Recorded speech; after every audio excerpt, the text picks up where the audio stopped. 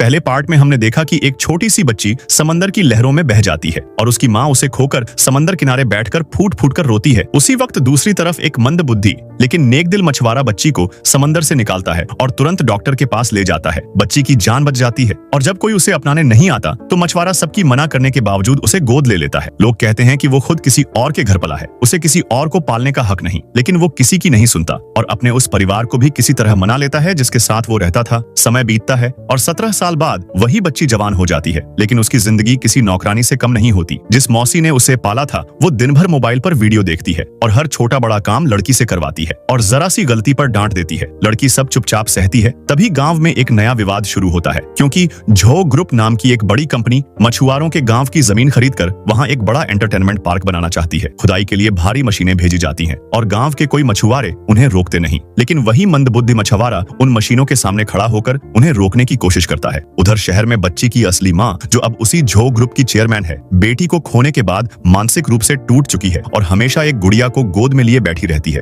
उसका बेटा यानी लड़की का असली भाई खुद को कसूरवार मानता है और सोचता है कि अगर वो उस दिन पानी लेने नहीं गया होता तो उसकी बहन आज जिंदा होती। वो 17 साल से अपनी बहन को ढूंढ रहा है और हमेशा एक खास जड़ाऊ पेंडेंट अपने पास रखता है जो उसकी बहन के पास भी था। उसके पिता कंपनी के जबरदस्ती वाले रवैये से नाराज हैं और बेटे को डांटते हैं कि वो दस्तावेज अधूरे होने के बावजूद गांव क्यों खाली करवाना चाहता है। लेकिन बेटा जवाब देता है कि वो ये सब अपनी बहन के लिए कर रहा है ताकि जब वो लौटे तो उसे उसका पसंदीदा पार्क मिले। तभी उसका असिस्टेंट बताता है कि गांव में एक लड़की है जो उनके काम में अड़चन डाल रही है। बेटा गुस्से में कहता है किसी भी कीमत पर यह पार्क बनकर रहेगा और खुद गांव की ओर रवाना हो जाता है। उधर लड़की के असली पिता को पता चलता है कि गांव की एक लड़की का डीएनए उनसे मेल खाता है, तो उनके अंदर उम्मीद की एक किरण जगती है कि शायद उनकी बेटी मिल सकती है। गांव में लड़की और उसका असली भाई आमने सामने आते हैं, लेकिन उन्हें नहीं पता कि उनका खून एक है। दोनों में बहस होती है और लड़का गुस्से में खुद बड़ी मशीन पर बैठकर लड़की का घर तोड़ने निकलता है, लेकिन तभी वही लड़की मशीन के सामने आकर खड़ी हो जाती है उसे रोकने के लिए।